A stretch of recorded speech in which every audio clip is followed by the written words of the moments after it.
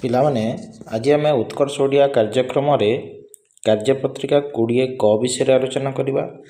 ଏଥିରେ ଗୋଟିଏ ଅନୁଚ୍ଛେଦଟେ ଦେଇଛି। ଅନୁଚ୍ଛେଦଟି ସବରକରଙ୍କ ବିଷୟରେ ଅଛି। ସେଟାକୁ ଅନୁଚ୍ଛେଦକୁ ଆମେ ଭଲ ଭାବେ ପଢ଼ିବା ଏବଂ ପ୍ରଶ୍ନ ଅନୁଯାୟୀ ଆମେ ଉତ୍ତର ଲେଖିବା। ତାହେଲେ ଠିକ୍ ଅଛି, ଆରମ୍ଭ କରିବା। ପ୍ରଶ୍ନ ନମ୍ବର 1 ର କରେ କହିଛି ସଭରକର କେଉଁ ଦଳ ଗଢ଼ିଥିଲେ?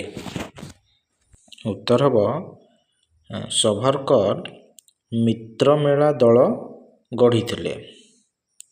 ନମ୍ବର ସଭରକର ବୈଠକରେ କ'ଣ କହିଥିଲେ?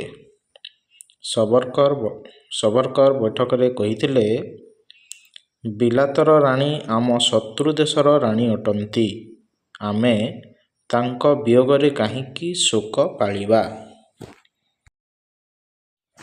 ପରବର୍ତ୍ତୀ ପ୍ରଶ୍ନ ନମ୍ବର 2 କୁ ଯିବା।